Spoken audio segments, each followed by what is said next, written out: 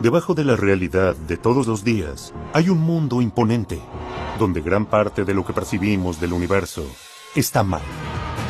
El físico y autor de bestsellers, Brian Greene, lo lleva a un viaje que dobla las reglas de la experiencia humana. ¿Por qué nunca vemos los hechos desarrollarse en el orden inverso? Según las leyes de la física, esto puede suceder. Más allá del cosmos. Un salto cuántico. Durante miles de años, hemos intentado descifrar los misterios del funcionamiento del universo. Y nos ha ido bastante bien. Pensamos una serie de leyes que describen un movimiento claro y certero de galaxias, estrellas y planetas. Pero ahora sabemos que a un nivel fundamental, las cosas son mucho más borrosas, porque descubrimos una serie de leyes revolucionarias que transformaron por completo nuestra imagen del universo. Desde el espacio exterior hasta el corazón de Nueva York y hasta el reino microscópico, nuestra visión del mundo ha cambiado gracias a estas extrañas y misteriosas leyes que están redefiniendo nuestra comprensión de la realidad. Son las leyes de la mecánica cuántica. Las reglas de la mecánica cuántica se aplican a cada átomo y a cada diminuta partícula de toda la materia, a estrellas y planetas, a rocas y edificios, y a usted y a mí. No notamos lo extraño de la mecánica cuántica en la vida cotidiana, pero siempre está allí si uno sabe dónde mirar. Solo hay que cambiar la perspectiva y llegar a la escala más pequeña, al nivel de los átomos y a las partículas que están dentro de ellos. En el nivel cuántico, las leyes parecieran ser completamente diferentes a las leyes familiares que se aplican a los objetos grandes y cotidianos. Y una vez que los observamos, nunca volvemos a mirar el mundo de la misma manera. No hace mucho pensábamos que lo teníamos bastante resuelto.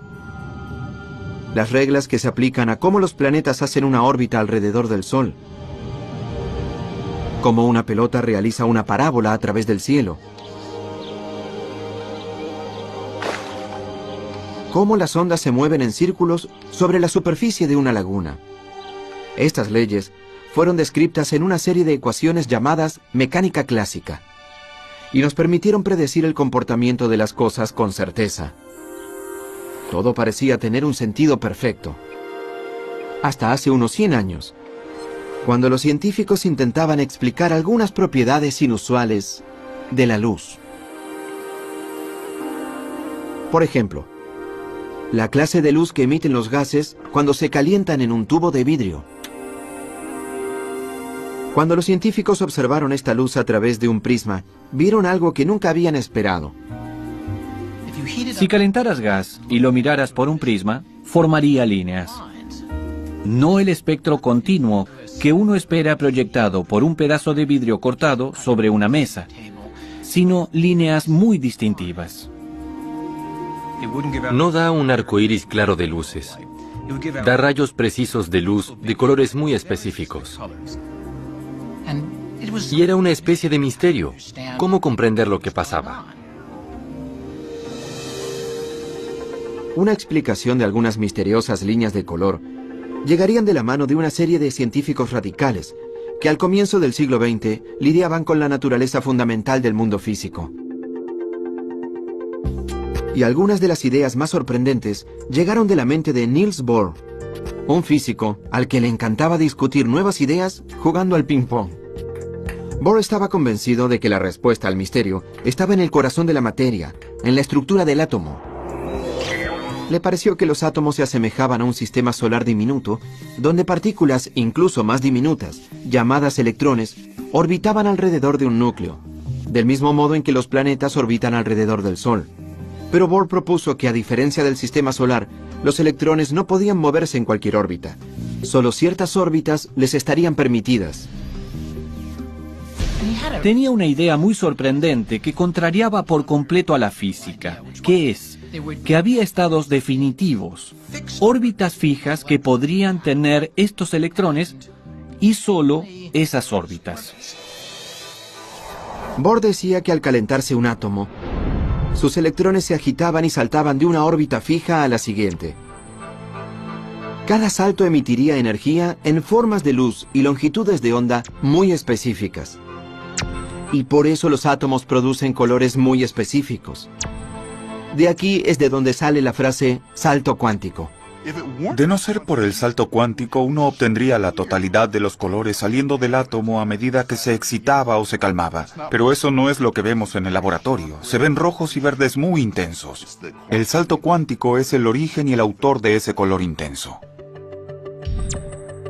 Lo que hacía tan sorprendente al salto cuántico era que el electrón pasa directamente desde aquí hasta allí, aparentemente sin moverse por el espacio intermedio. Era como si Marte de pronto pasara de su propia órbita hacia la de Júpiter. Bohr argumentaba que el salto cuántico surgía de una extraña propiedad fundamental de los electrones y de los átomos, y que su energía viene de trozos discretos que no pueden subdividirse, cantidades específicas mínimas llamadas quantum. Y por eso solo hay órbitas discretas y específicas que los electrones pueden realizar. Los electrones debían estar aquí o allí, simplemente en ningún otro lado intermedio. Y eso en la vida cotidiana no se parece a nada. Por más misterioso que pudiera ser, la evidencia rápidamente se acumuló, demostrando que Bohr tenía razón. Los electrones seguían una serie de reglas diferentes que los planetas o las pelotas de ping-pong. El descubrimiento de Bohr cambió el juego. Y con esta nueva imagen del átomo, Bohr y sus colegas se hallaron en un curso de colisión con las leyes físicas aceptadas.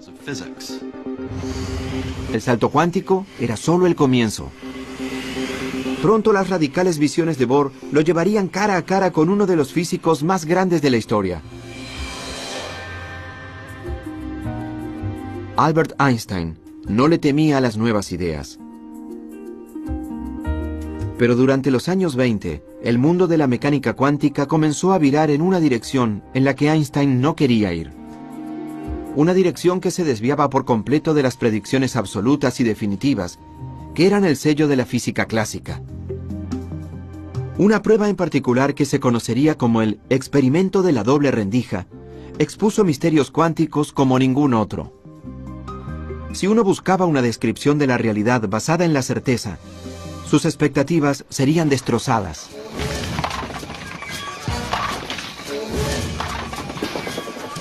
Podemos obtener una imagen bastante clara de este experimento y de cómo altera dramáticamente nuestra imagen de la realidad, realizando un experimento similar. No a la escala de las partículas diminutas, sino a la escala de objetos más comunes, como encontraríamos aquí, en un salón de bolos. Pero primero, debo hacerle un par de ajustes a la pista.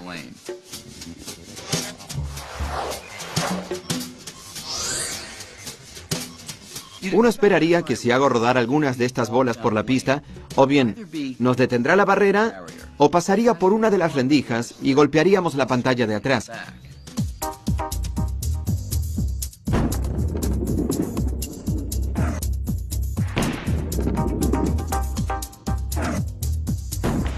Y de hecho eso es lo que sucede. Las bolas que la atraviesan siempre golpean la pantalla directamente detrás, ya sea de la rendija izquierda o de la derecha. El experimento de la doble rendija era bastante parecido a este, solo que en lugar de bolas de boliche se usan electrones que son miles de millones de veces más pequeños. Pueden imaginárselos así.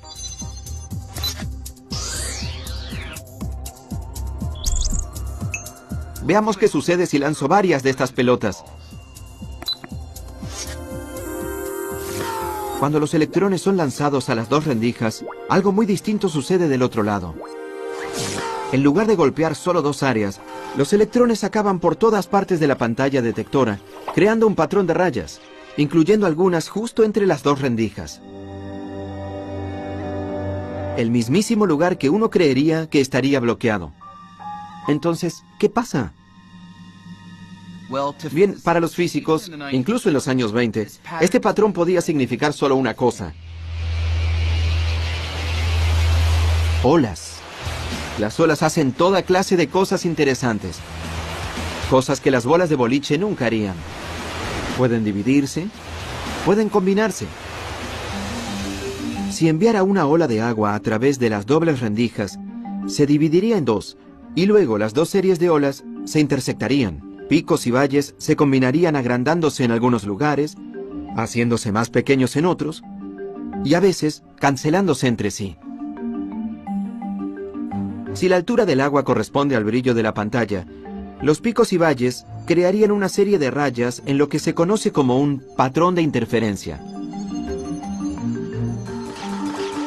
Entonces, ¿cómo pueden los electrones, que son partículas, formar ese patrón? ¿Cómo puede un electrón único acabar en lugares en donde iría una ola? Las partículas son partículas, las olas son olas. ¿Cómo puede una partícula ser una ola? A menos que te resignes a la idea de que es una partícula y pienses, esto que yo pensaba que era una partícula en realidad era una ola. Una ola en un océano no es una partícula. El océano está hecho de partículas. Las olas del océano no son partículas. Y las rocas no son olas. Las rocas son rocas. Así que la roca es un ejemplo de la partícula. Una ola en el océano es un ejemplo de una ola en el océano. Y ahora alguien te dice que una roca es como una ola en el océano. ¿Qué? En los años 20, cuando se realizó por primera vez una versión de este experimento, los científicos luchaban por entender el comportamiento de la ola. Finalmente, un físico llamado Max Born tuvo una idea nueva y revolucionaria de lo que describía la ecuación de la ola. Born dijo que la ola no es un electrón en movimiento, ni ninguna otra cosa que se hubiera encontrado previamente en la ciencia. En su lugar, declaró que es algo muy peculiar, una ola de probabilidad. Esto es que Born argumentaba que el tamaño de la ola en cualquier lugar provoca la probabilidad de que el electrón se halle allí. Donde la ola es grande, allí encontraremos el electrón. Es donde es más probable que esté el electrón. Y eso es muy extraño, ¿no? El electrón solo parece ser un revoltijo de posibilidades. No se te permite preguntar dónde está el electrón ahora.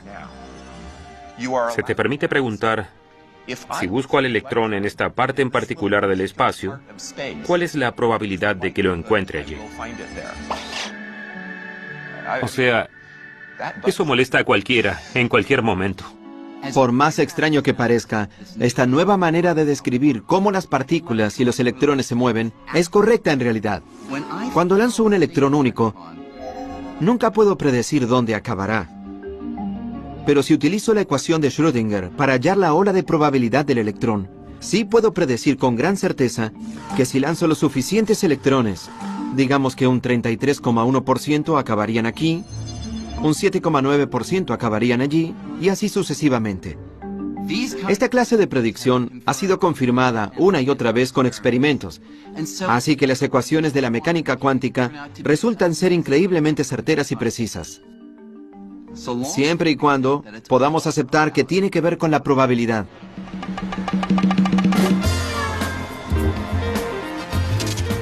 Si creen que la probabilidad quiere decir que están reducidos a adivinar, los casinos de Las Vegas están listos para probar que se equivocan. Intenten en cualquiera de estos juegos de azar y verán el poder de la probabilidad. Digamos que hago una apuesta de $20 en el 29 en esta mesa de la ruleta.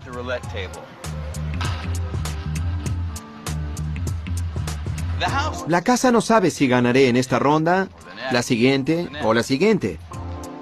1. Pero sí conoce la probabilidad de que gane. Y en este juego es de 1 en 38. 21.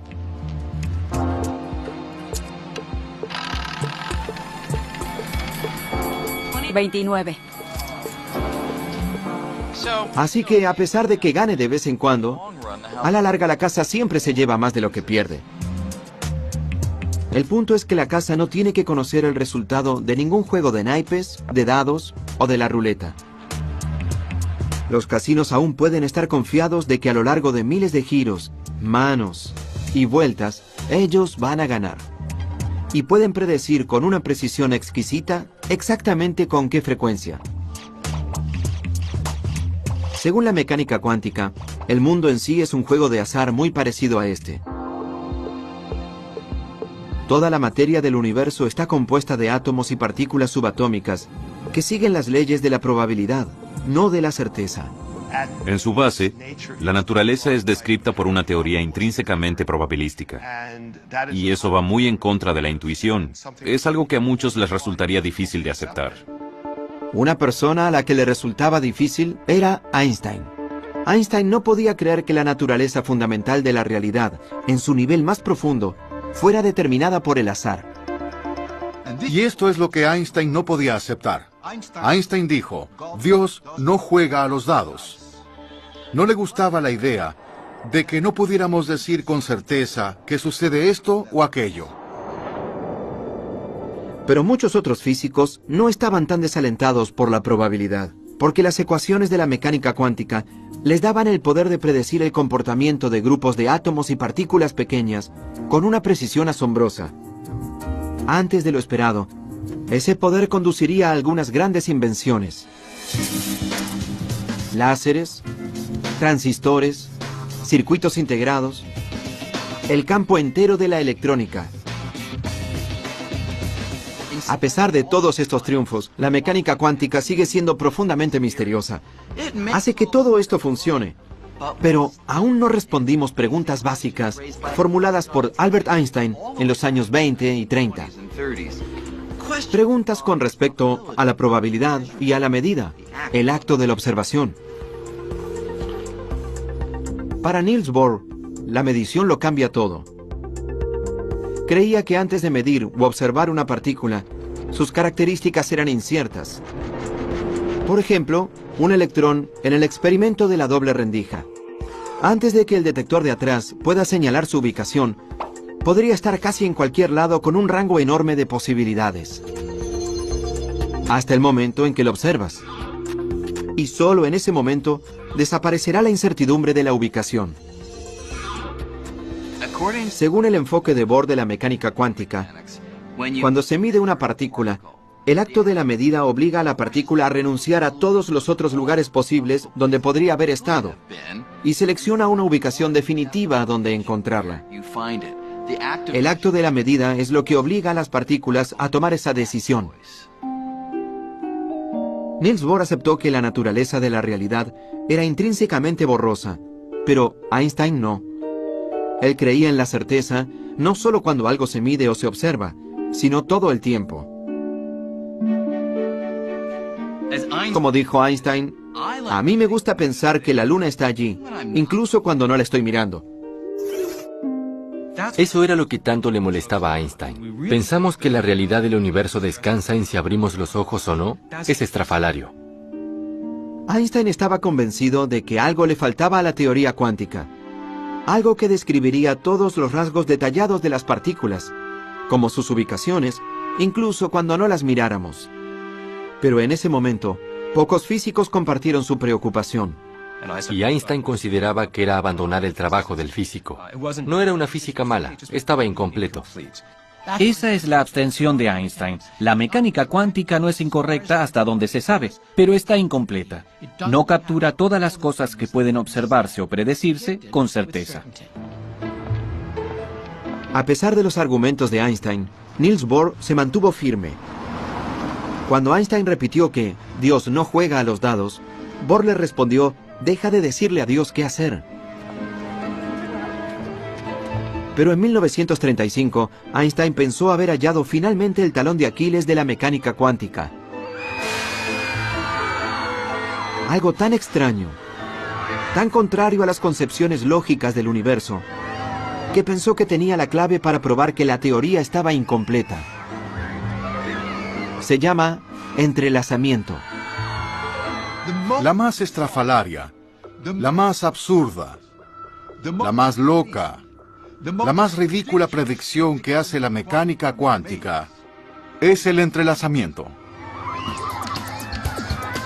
El entrelazamiento es una predicción teórica que viene de las ecuaciones de la mecánica cuántica. Dos partículas pueden entrelazarse si están cerca, y sus propiedades se vinculan. Notablemente, la mecánica cuántica dice que, incluso si estas partículas se separaran y fueran enviadas en direcciones opuestas, pueden permanecer entrelazadas, inextricablemente conectadas. Para comprender lo profundamente extraño que es esto, consideremos una propiedad de los electrones llamada spin. A diferencia de la peonza, el spin de un electrón, al igual que otras cualidades del electrón, por lo general es borrosa e incierta hasta el momento en que se mide. Y al hacerlo veremos que gira en el sentido de las agujas del reloj o en el sentido contrario a las agujas del reloj. Es parecido a esta ruleta. Cuando deje de girar acabará azarosamente en el rojo o en el azul.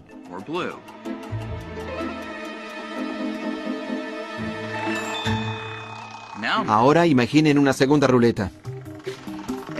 Si estas dos ruletas se comportan como dos electrones entrelazados, entonces, cada vez que uno acabe en el rojo, está garantizado que el otro acabará en el azul. Y viceversa. Ahora, como las ruletas no están entrelazadas, que suceda eso sería sospechoso. Pero la mecánica cuántica de Niels Bohr y sus colegas llegaron incluso más lejos, prediciendo que si una del par estaba lejos, incluso en la Luna, sin cables ni transmisores que las conecten, aun si miráramos una y la encontráramos en rojo, la otra seguramente estaría en azul. En otras palabras, si midiéramos una partícula aquí, no solo la afectaríamos a ella, sino que la medida también afectaría a su compañera entrelazada, sin importar lo distante que esté. Para Einstein, esta clase de conexión rara y de alto rango entre ruletas que giran o partículas era tan absurda que la llamó fantasmagórica. Acción fantasmal a distancia. Lo sorprendente es que cuando mides una partícula, afectas el estado de la otra partícula. Cambias su estado. No hay fuerzas o poleas ni cables de teléfono. No hay nada que las conecte. ¿Cómo puede ser que mi acción aquí se relacione con lo que sucede allí? Así que no hay modo en la que puedan comunicarse entre sí. Así que es completamente estrafalario. Y es algo de lo que Einstein se dio cuenta en 1935. Einstein no podía aceptar que el entrelazamiento funcionara de esta manera, convenciéndose de que solo la matemática era rara, no la realidad. Aceptaba que las partículas entrelazadas pudieran existir, pero pensaba que había una explicación más sencilla de por qué estaban vinculadas que no involucrara una conexión misteriosa a larga distancia. En su lugar insistía en que las partículas entrelazadas eran más parecidas a un par de guantes. Imaginen que alguien separa los dos guantes poniendo a cada uno en una maleta. Luego, esa persona me entrega una de esas maletas y envía la otra maleta a la Antártida.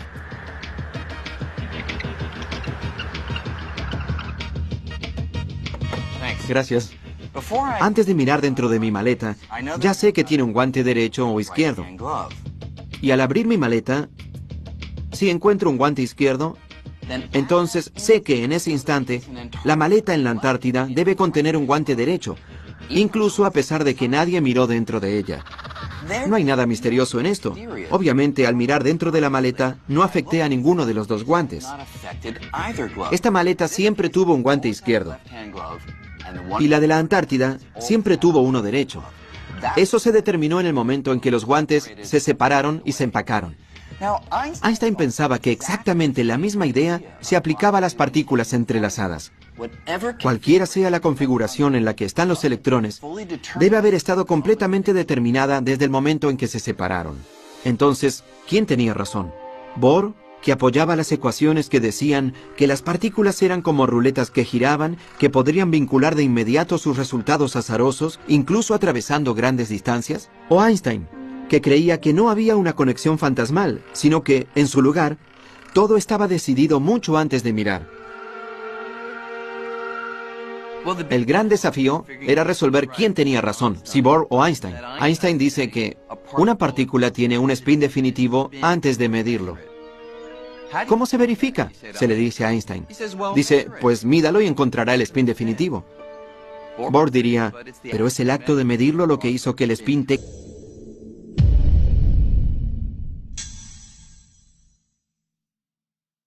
ese estado definitivo.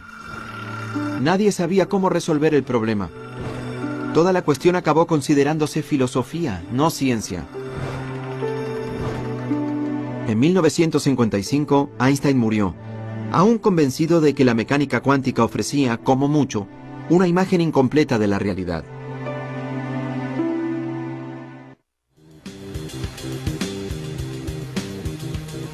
En 1967, en la Universidad de Columbia, la misión de Einstein de desafiar a la mecánica cuántica fue asumida por un recluta insólito. John Clauser estaba a punto de graduarse como doctor en astrofísica. Lo único que se le interponía era su calificación en mecánica cuántica. Cuando aún estaba estudiando, por más que lo intentara, no podía comprender la mecánica cuántica.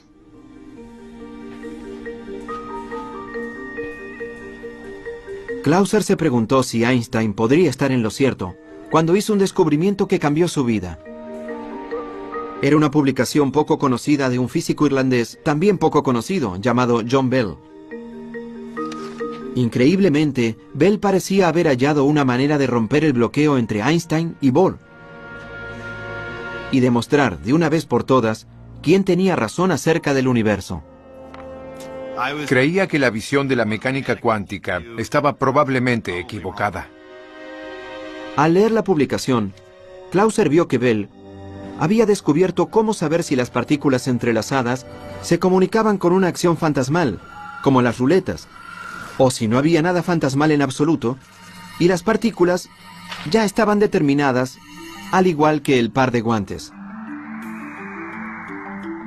Con una astuta matemática, Bell demostraba que si la acción fantasmal no funcionaba, la mecánica cuántica no estaba para nada incompleta, como pensaba Einstein. Estaba mal. Llegué a esta conclusión. Dios mío, este es uno de los resultados más profundos que haya visto. Bell era teórico, pero su publicación demostraba que la cuestión podría ser comprobada construyendo una máquina que creara y comparara muchos pares de partículas entrelazadas. Bell convirtió la pregunta en una cuestión experimental. No se trataría solo de filosofía o de intercambiar papeles. Y el experimento que imaginó podía realizarse. Realmente se podía armar un experimento real para forzar la situación. Clauser se lanzó a construir una máquina que finalmente saldara el debate. Yo era solo un estudiante. Me resultaba asombroso. Siempre está la sutil posibilidad de que encuentres un resultado que sacuda al mundo.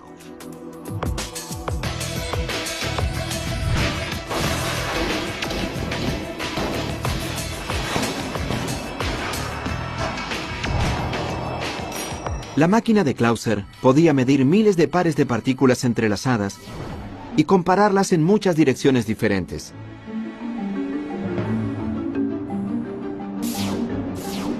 A medida que los resultados comenzaron a llegar, Clauser se sorprendió y no se alegró. No dejaba de preguntarme qué hice mal, qué errores cometía en esto. Clauser repitió su experimento y pronto el físico francés Alain Aspect desarrolló pruebas incluso más sofisticadas. Una de ellas iba al corazón del debate entre Einstein y Bohr. En la prueba de Aspect, el único modo en que medir una de las partículas pudiera influir directamente a la otra sería que una señal viajara entre ellas más rápido que la velocidad de la luz, algo que el mismísimo Einstein había demostrado como imposible. La única explicación que quedaba era la acción fantasmal, así que el experimento de Aspect borró virtualmente toda duda. El resultado de estos experimentos son sorprendentes y demuestran que la matemática de la mecánica cuántica está en lo cierto. El entrelazamiento es real. Las partículas cuánticas pueden vincularse a través del espacio. Medir una cosa, de hecho, puede afectar instantáneamente a su compañero distante, como si el espacio que los distanciara ni siquiera existiese. Lo único que Einstein consideraba imposible, la acción fantasmal a distancia, realmente sucede. Una vez más estaba muy triste por no haber descartado a la mecánica cuántica, porque aún hasta el día de hoy me cuesta mucho comprenderla. Eso es lo más estrafalario de la mecánica cuántica. Es imposible siquiera comprender. Ni siquiera me pregunten por qué. No me pregunten, aunque lo harán, cómo funciona, porque es una pregunta ilegal. Solo podemos decir que aparentemente esa es la manera en que funciona el mundo. Así que, si aceptamos que el mundo realmente funciona de esta extraña manera, ¿podríamos aprovechar la acción fantasmal a distancia del entrelazamiento para hacer algo útil? Pues, un sueño ha sido, de algún modo, transportar a la gente y las cosas de un lugar al otro sin atravesar el espacio que los separa. En otras palabras, la teletransportación. Teletranspórtame. Energizar. Energizando. En Viaje a las Estrellas, la teletransportación siempre lucía muy conveniente. Parece pura ciencia ficción, pero ¿podría posibilitarlo el entrelazamiento? Extraordinariamente, ya se están haciendo pruebas aquí, en las Islas Canarias, cerca de la costa africana. Hacemos los experimentos aquí en las Islas Canarias porque tienes 2 observatorios. Y después de todo, es un buen ambiente.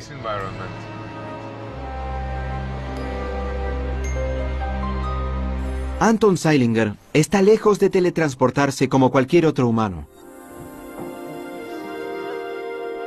Pero sí intenta usar el entrelazamiento cuántico para teletransportar pequeñas partículas individuales. En este caso, fotones, partículas de luz. Funciona así. Comienza generando un par de fotones entrelazados en el laboratorio de la isla de La Palma.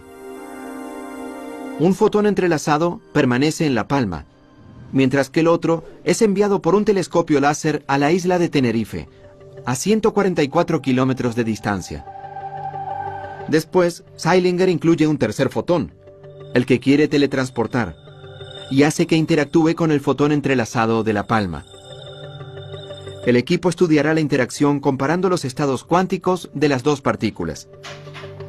Y esta es la parte increíble.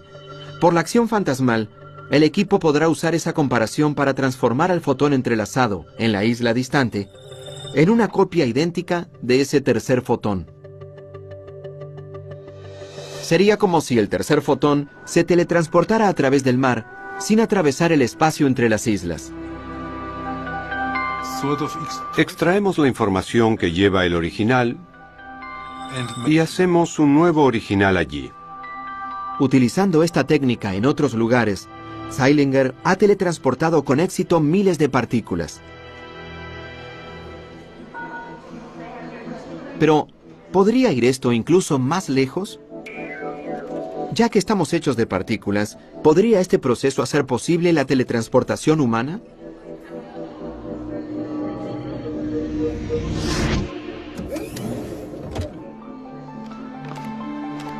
Bienvenida a Nueva York. Digamos que quiero ir a almorzar a París. Pues, en teoría, el entrelazamiento podría algún día hacer que eso sea posible. Esto es lo que necesito. Una cámara de partículas aquí en Nueva York que esté entrelazada con otra cámara de partículas en París. Por aquí, señor Green. Entraría a una cápsula que sería como un escáner o una máquina de fax. Mientras el aparato escanea la gran cantidad de partículas en mi cuerpo, más partículas que estrellas en el universo observable, a la vez escanea las partículas de la otra cámara y crea una lista que compara el estado cuántico de ambas series de partículas. Y aquí es donde entra en juego el entrelazamiento. Por la acción fantasmal a distancia, esa lista también revela cómo el estado original de mis partículas se relaciona con el estado de las partículas en París. A continuación, la operadora envía esa lista a París.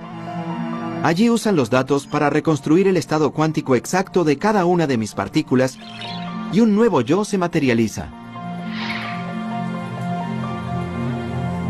No es que las partículas viajen de Nueva York a París. es que el entrelazamiento permite que mi estado cuántico sea extraído en Nueva York y se reconstituya en París, hasta la última partícula.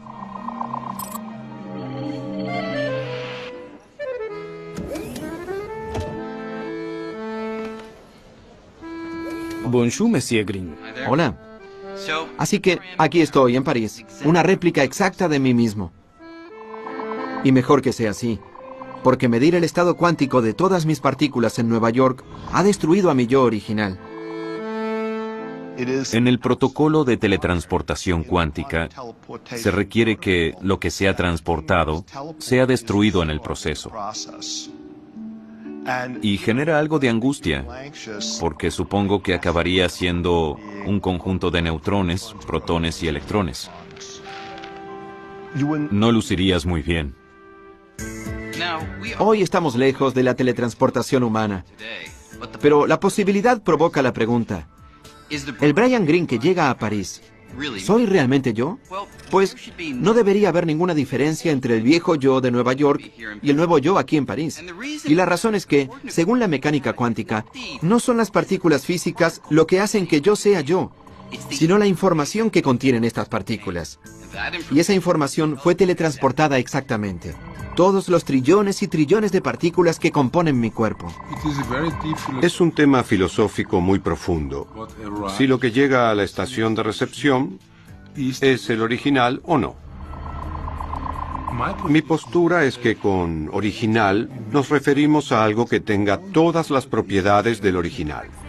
Y si este es el caso, sí es el original. Yo no me metería en esa máquina. Ya sea que la teletransportación humana alguna vez se vuelva o no una realidad, la falta de certeza de la mecánica cuántica tiene toda clase de aplicaciones prácticas. Aquí en el MIT, Seth Lloyd es uno de los muchos investigadores que intentan aprovechar la mecánica cuántica de maneras poderosas y nuevas. La mecánica cuántica es rara, tan solo es así. Así que la vida nos está dando limones raros. ¿Podemos hacer limonada rara con esto? La limonada rara de Lloyd llega en forma de una computadora cuántica. Estas son las entrañas de una computadora cuántica.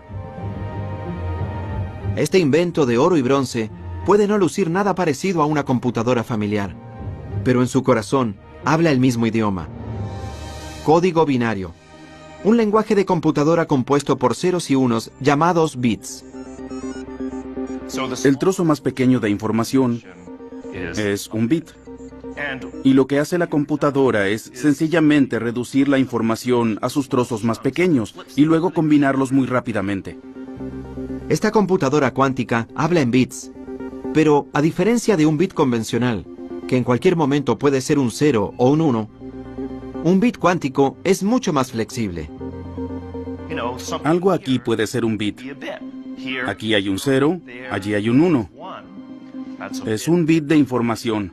Así que si puedes tener algo que esté aquí y allí al mismo tiempo, tendrás un bit cuántico o qubit. Al igual que un electrón puede ser una mezcla borrosa de giros, en el sentido de las agujas del reloj y en el sentido contrario, un bit cuántico puede ser una mezcla borrosa de ceros y unos. Así que un qubit puede hacer varias cosas a la vez. Eso significaría que puedes hacer cómputos de un modo en que nuestros cerebros clásicos no podrían ni soñar. En teoría, los bits cuánticos podrían estar hechos de cualquier cosa que se comporte de un modo cuántico, como un electrón o un átomo. Como los bits cuánticos son tan buenos en hacer varias cosas a la vez, si podemos resolver cómo hacer que los qubits trabajen juntos para resolver el problema, nuestro poder para computar podría explotar exponencialmente. Para tener una idea de por qué la computación cuántica sería tan poderosa, imaginen estar atrapados en el medio de un laberinto de setos.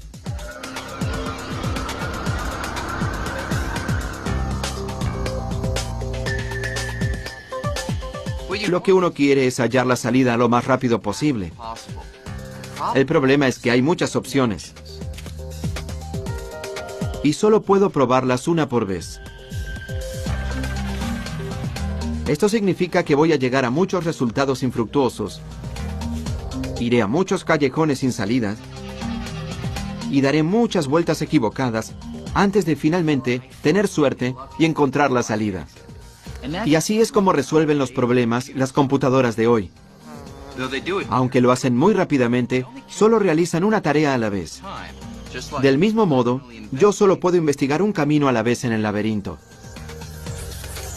Pero si pudiera probar todas las posibilidades a la vez, sería diferente. Y así es como funciona la computación cuántica.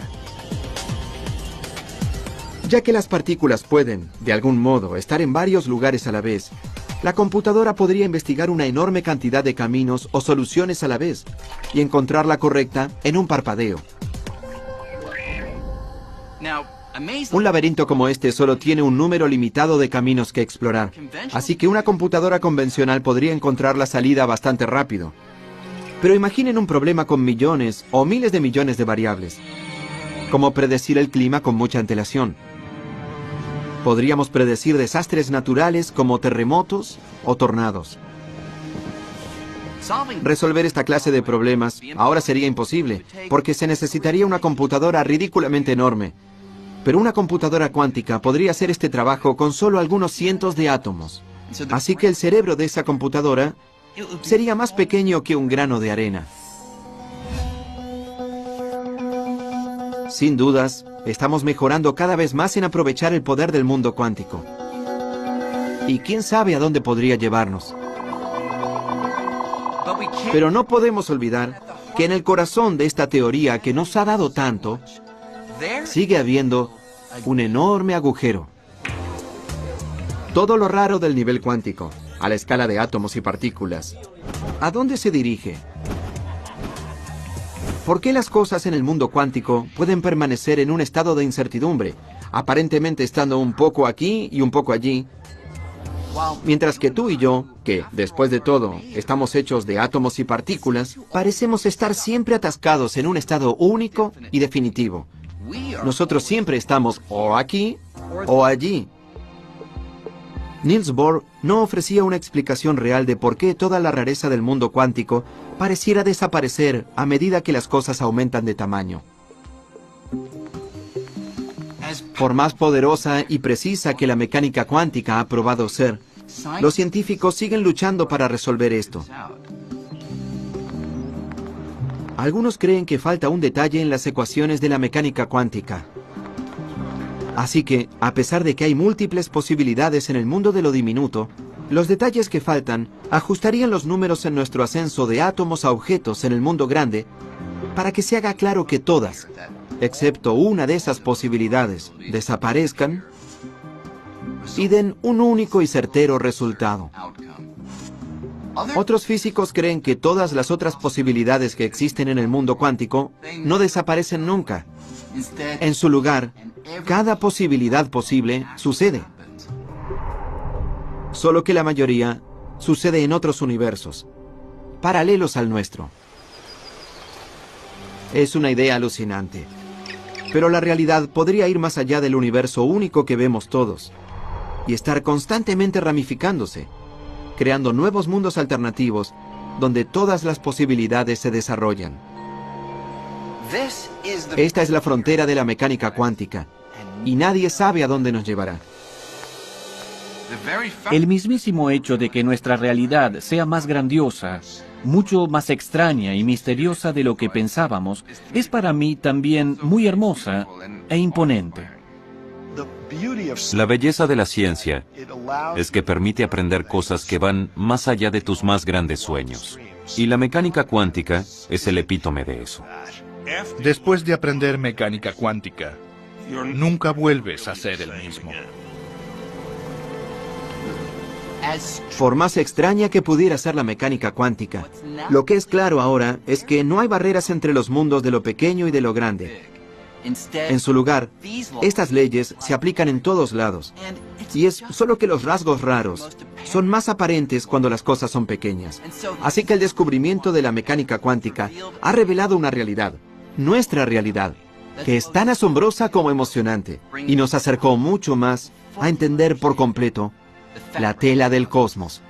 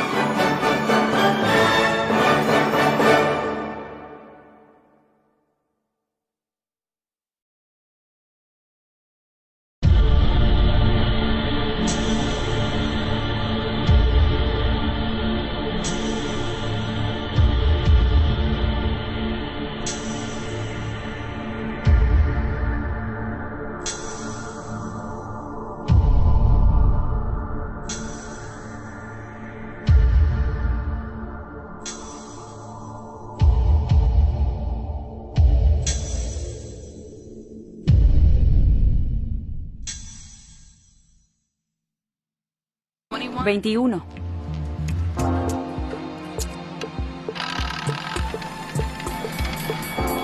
$29. Así que, a pesar de que gane de vez en cuando, a la larga la casa siempre se lleva más de lo que pierde. El punto es que la casa no tiene que conocer el resultado de ningún juego de naipes, de dados o de la ruleta. Los casinos aún pueden estar confiados de que a lo largo de miles de giros, manos y vueltas, ellos van a ganar. Y pueden predecir con una precisión exquisita exactamente con qué frecuencia. Según la mecánica cuántica, el mundo en sí es un juego de azar muy parecido a este. Toda la materia del universo está compuesta de átomos y partículas subatómicas que siguen las leyes de la probabilidad, no de la certeza. En su base, la naturaleza es descrita por una teoría intrínsecamente probabilística. Y eso va muy en contra de la intuición. Es algo que a muchos les resultaría difícil de aceptar. Una persona a la que le resultaba difícil era Einstein. Einstein no podía creer que la naturaleza fundamental de la realidad, en su nivel más profundo, fuera determinada por el azar. Y esto es lo que Einstein no podía aceptar. Einstein dijo, Dios no juega a los dados.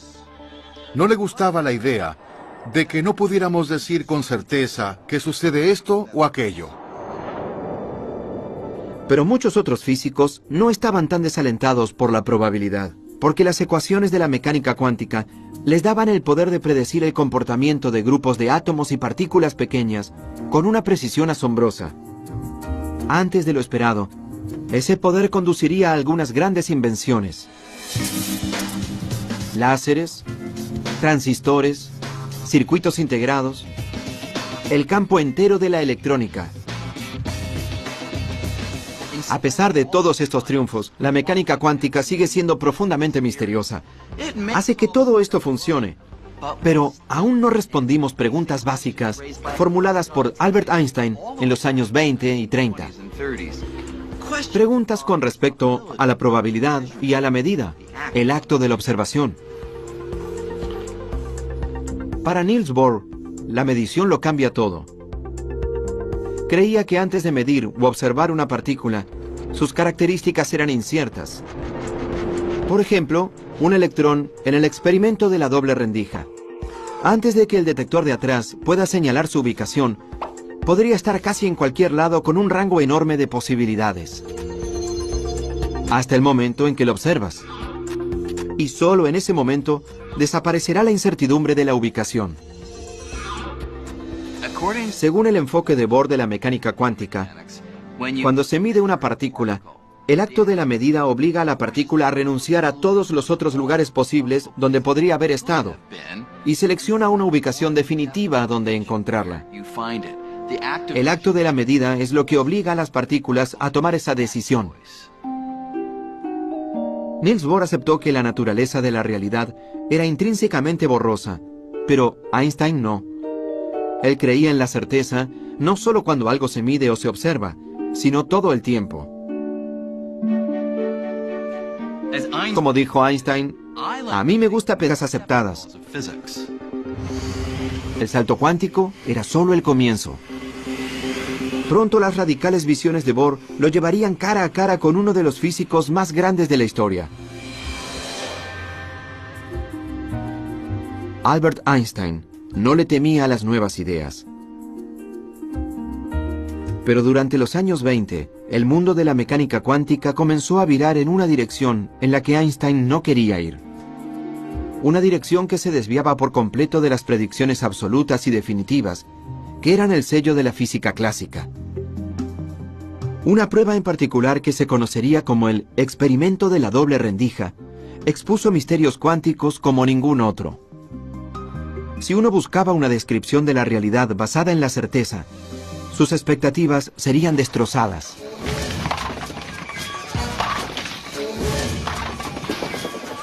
Podemos obtener una imagen bastante clara de este experimento y de cómo altera dramáticamente nuestra imagen de la realidad, realizando un experimento similar. No a la escala de las partículas diminutas, sino a la escala de objetos más comunes, como encontraríamos aquí, en un salón de bolos. Pero primero, debo hacerle un par de ajustes a la pista.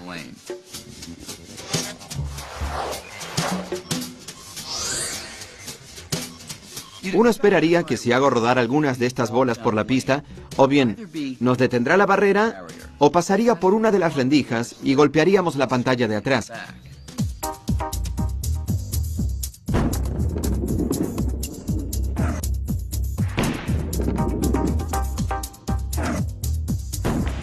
Y de hecho eso es lo que sucede. Las bolas que la atraviesan siempre golpean la pantalla directamente detrás, ya sea de la rendija izquierda o de la derecha. El experimento de la doble rendija era bastante parecido a este, solo que en lugar de bolas de boliche se usan electrones que son miles de millones de veces más pequeños. Pueden imaginárselos así.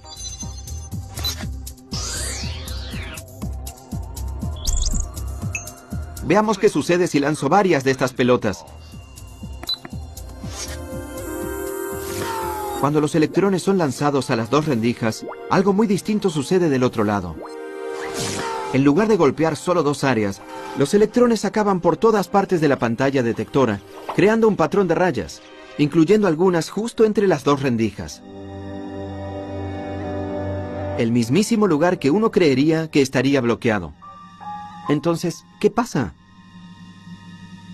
Bien, para los físicos, incluso en los años 20, este patrón podía significar solo una cosa. Olas. Las olas hacen toda clase de cosas interesantes. Cosas que las bolas de boliche nunca harían. Pueden dividirse, pueden combinarse. Si enviara una ola de agua a través de las dobles rendijas, se dividiría en dos, y luego las dos series de olas se intersectarían. Picos y valles se combinarían agrandándose en algunos lugares, haciéndose más pequeños en otros, y a veces cancelándose entre sí. Si la altura del agua corresponde al brillo de la pantalla, los picos y valles crearían una serie de rayas en lo que se conoce como un patrón de interferencia. Entonces, ¿cómo pueden los electrones, que son partículas, formar?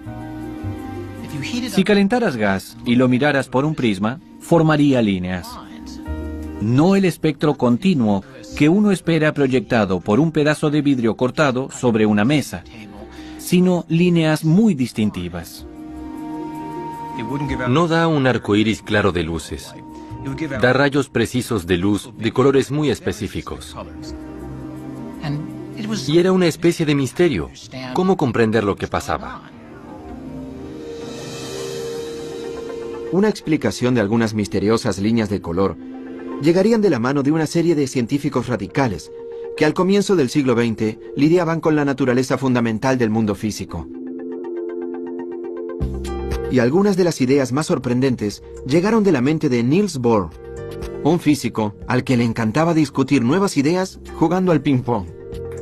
Bohr estaba convencido de que la respuesta al misterio estaba en el corazón de la materia, en la estructura del átomo. Le pareció que los átomos se asemejaban a un sistema solar diminuto, donde partículas incluso más diminutas, llamadas electrones, orbitaban alrededor de un núcleo, del mismo modo en que los planetas orbitan alrededor del Sol. Pero Bohr propuso que, a diferencia del sistema solar, los electrones no podían moverse en cualquier órbita. Solo ciertas órbitas les estarían permitidas.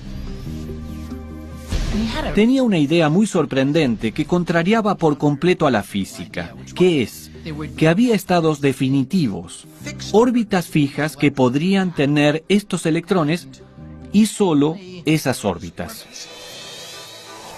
Bohr decía que al calentarse un átomo, sus electrones se agitaban y saltaban de una órbita fija a la siguiente. Cada salto emitiría energía en formas de luz y longitudes de onda muy específicas. Y por eso los átomos producen colores muy específicos. De aquí es de donde sale la frase salto cuántico. De no ser por el salto cuántico, uno obtendría la totalidad de los colores saliendo del átomo a medida que se excitaba o se calmaba. Pero eso no es lo que vemos en el laboratorio. Se ven rojos y verdes muy intensos. El salto cuántico es el origen y el autor de ese color intenso. Lo que hacía tan sorprendente al salto cuántico era que el electrón pasa directamente desde aquí hasta allí, aparentemente sin moverse por el espacio intermedio.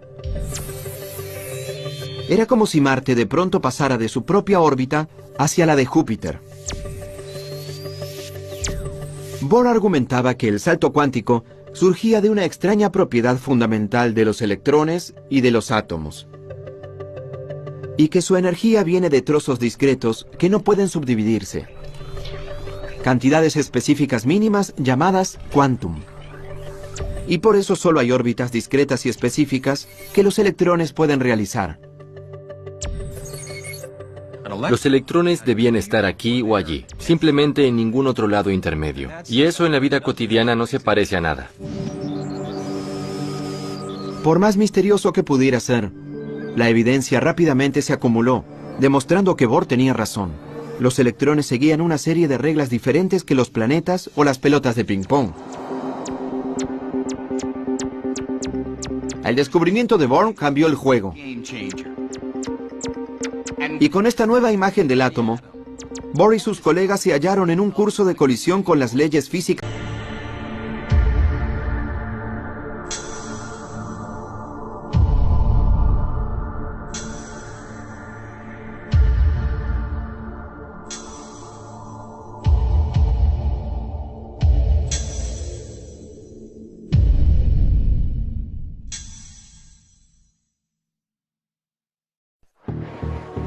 Debajo de la realidad de todos los días, hay un mundo imponente, donde gran parte de lo que percibimos del universo está mal. El físico y autor de bestsellers, Brian Greene, lo lleva a un viaje que dobla las reglas de la experiencia humana. ¿Por qué nunca vemos los hechos desarrollarse en el orden inverso? Según las leyes de la física, esto puede suceder. Más allá del cosmos. Un salto cuántico. Durante miles de años, hemos intentado descifrar los misterios del funcionamiento del universo. Y nos ha ido bastante bien. Pensamos una serie de leyes que describen un movimiento claro y certero de galaxias, estrellas y planetas. Pero ahora sabemos que a un nivel fundamental, las cosas son mucho más borrosas, porque descubrimos una serie de leyes revolucionarias que transformaron por completo nuestra imagen del universo. Desde el espacio exterior hasta el corazón de Nueva York y hasta el reino microscópico, nuestra visión del mundo ha cambiado gracias a estas extrañas y misteriosas leyes que están redefiniendo nuestra comprensión de la realidad. Son las leyes de la mecánica cuántica. Las reglas de la mecánica cuántica se aplican a cada átomo y a cada diminuta partícula de toda la materia, a estrellas y planetas, a rocas y edificios, y a usted y a mí. No notamos lo extraño de la mecánica cuántica en la vida cotidiana, pero siempre está allí si uno sabe dónde mirar. Solo hay que cambiar la perspectiva y llegar a la escala más pequeña, al nivel de los átomos y a las partículas que están dentro de ellos. En el nivel cuántico, las leyes parecieran ser completamente diferentes a las leyes familiares que se aplican a los objetos grandes y cotidianos. Y una vez que los observamos, nunca volvemos a mirar el mundo de la misma manera. No hace mucho pensábamos que lo teníamos bastante resuelto. Las reglas que se aplican a cómo los planetas hacen una órbita alrededor del Sol, cómo una pelota realiza una parábola a través del cielo, cómo las ondas se mueven en círculos sobre la superficie de una laguna. Estas leyes fueron descritas en una serie de ecuaciones llamadas mecánica clásica y nos permitieron predecir el comportamiento de las cosas con certeza. Todo parecía tener un sentido perfecto. Hasta hace unos 100 años, cuando los científicos intentaban explicar algunas propiedades inusuales de la luz. Por ejemplo, la clase de luz que emiten los gases cuando se calientan en un tubo de vidrio. Cuando los científicos observaron esta luz a través de un prisma, vieron algo que nunca habían esperado, ese patrón. ¿Cómo puede un electrón único acabar en lugares en donde iría una ola? Las partículas son partículas, las olas son olas. ¿Cómo puede una partícula ser una ola? A menos que te resignes a la idea de que es una partícula y pienses, esto que yo pensaba que era una partícula en realidad era una ola. Una ola en un océano no es una partícula. El océano está hecho de partículas. Las olas del océano no son partículas. Y las rocas no son olas. Las rocas son rocas. Así que la roca es un ejemplo de la partícula. Una ola en el océano es un ejemplo de una ola en el océano. Y ahora alguien te dice que una roca es como una ola en el océano. ¿Qué? En los años 20, cuando se realizó por primera vez una versión de este experimento, los científicos luchaban por entender el comportamiento de la ola. Finalmente, un físico llamado Max Born tuvo una idea nueva y revolucionaria de lo que describía la ecuación de la ola. Born dijo que la ola no es un electrón en movimiento, ni ninguna otra cosa que se hubiera encontrado previamente en la ciencia. En su lugar, declaró que es algo muy peculiar, una ola de probabilidad. Esto es, que Born argumentaba que el tamaño de la ola en cualquier lugar provoca la probabilidad de que el electrón se halle allí. Donde la ola es grande, allí encontraremos el electrón. Es donde es más probable que esté el electrón. Y eso es muy extraño, ¿no? El electrón solo parece ser un revoltijo de posibilidades. No se te permite preguntar dónde está el electrón ahora. Se te permite preguntar, si busco al electrón en esta parte en particular del espacio, ¿cuál es la probabilidad de que lo encuentre allí? O sea, eso molesta a cualquiera, en cualquier momento. Por más extraño que parezca, esta nueva manera de describir cómo las partículas y los electrones se mueven es correcta en realidad. Cuando lanzo un electrón único, nunca puedo predecir dónde acabará. Pero si utilizo la ecuación de Schrödinger para hallar la ola de probabilidad del electrón, sí puedo predecir con gran certeza que si lanzo los suficientes electrones, digamos que un 33,1% acabarían aquí, un 7,9% acabarían allí, y así sucesivamente. Esta clase de predicción ha sido confirmada una y otra vez con experimentos, así que las ecuaciones de la mecánica cuántica resultan ser increíblemente certeras y precisas. Siempre y cuando podamos aceptar que tiene que ver con la probabilidad.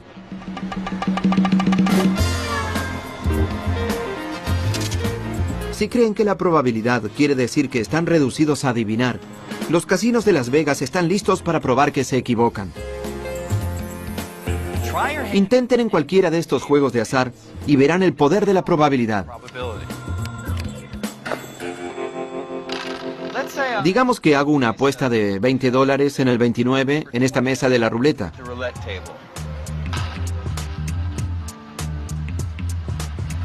La casa no sabe si ganaré en esta ronda, la siguiente o la siguiente. 1. Pero sí conoce la probabilidad de que gane. Y en este juego es de 1 en 38.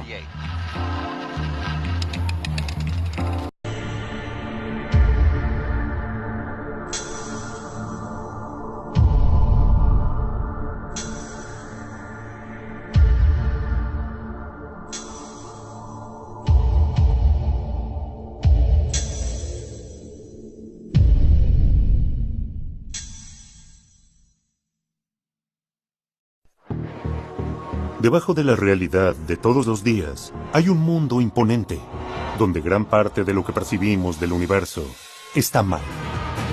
El físico y autor de bestsellers, Brian Greene, lo lleva a un viaje que dobla las reglas de la experiencia humana. ¿Por qué nunca vemos los hechos desarrollarse en el orden inverso? Según las leyes de la física, esto puede suceder. Más allá del cosmos. Un salto cuántico.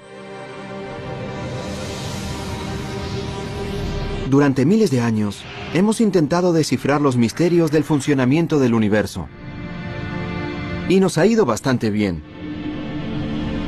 Pensamos una serie de leyes que describen un movimiento claro y certero de galaxias, estrellas y planetas. Pero ahora sabemos que a un nivel fundamental, las cosas son mucho más borrosas, porque descubrimos llegarían de la mano de una serie de científicos radicales, que al comienzo del siglo XX lidiaban con la naturaleza fundamental del mundo físico. Y algunas de las ideas más sorprendentes llegaron de la mente de Niels Bohr, un físico al que le encantaba discutir nuevas ideas jugando al ping-pong. Bohr estaba convencido de que la respuesta al misterio estaba en el corazón de la materia, en la estructura del átomo. Le pareció que los átomos se asemejaban a un sistema solar diminuto, donde partículas incluso más diminutas, llamadas electrones, orbitaban alrededor de un núcleo, del mismo modo en que los planetas orbitan alrededor del Sol. Pero Bohr propuso que, a diferencia del sistema solar, los electrones no podían moverse en cualquier órbita. Solo ciertas órbitas les estarían permitidas. Tenía una idea muy sorprendente que contrariaba por completo a la física, que es que había estados definitivos, órbitas fijas que podrían tener estos electrones y solo esas órbitas. Bohr decía que al calentarse un átomo, sus electrones se agitaban y saltaban de una órbita fija a la siguiente.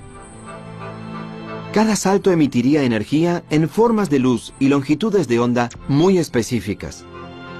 Y por eso los átomos producen colores muy específicos. De aquí, como una pelota realiza una parábola a través del cielo. Cómo las ondas se mueven en círculos sobre la superficie de una laguna. Estas leyes fueron descritas en una serie de ecuaciones llamadas mecánica clásica, y nos permitieron predecir el comportamiento de las cosas con certeza. Todo parecía tener un sentido perfecto. Hasta hace unos 100 años, cuando los científicos intentaban explicar algunas propiedades inusuales de la luz. Por ejemplo, la clase de luz que emiten los gases cuando se calientan en un tubo de vidrio. Cuando los científicos observaron esta luz a través de un prisma, vieron algo que nunca habían esperado. Si calentaras gas y lo miraras por un prisma, formaría líneas. No el espectro continuo que uno espera proyectado por un pedazo de vidrio cortado sobre una mesa, sino líneas muy distintivas.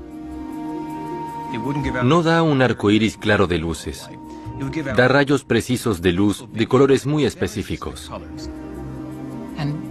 Y era una especie de misterio. ¿Cómo comprender lo que pasaba? Una explicación de algunas misteriosas líneas de color, serie de leyes revolucionarias que transformaron por completo nuestra imagen del universo. Desde el espacio exterior hasta el corazón de Nueva York y hasta el reino microscópico, nuestra visión del mundo ha cambiado gracias a estas extrañas y misteriosas leyes que están redefiniendo nuestra comprensión de la realidad. Son las leyes de la mecánica cuántica.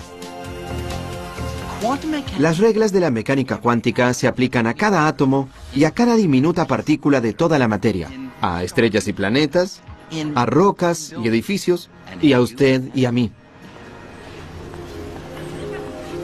No notamos lo extraño de la mecánica cuántica en la vida cotidiana, pero siempre está allí si uno sabe dónde mirar. Solo hay que cambiar la perspectiva y llegar a la escala más pequeña, al nivel de los átomos y a las partículas que están dentro de ellos. En el nivel cuántico, las leyes parecieran ser completamente diferentes a las leyes familiares que se aplican a los objetos grandes y cotidianos. Y una vez que los observamos, nunca volvemos a mirar el mundo de la misma manera. No hace mucho pensábamos que lo teníamos bastante resuelto. Las reglas que se aplican a cómo los planetas hacen una órbita alrededor del Sol. Es de donde sale la frase salto cuántico.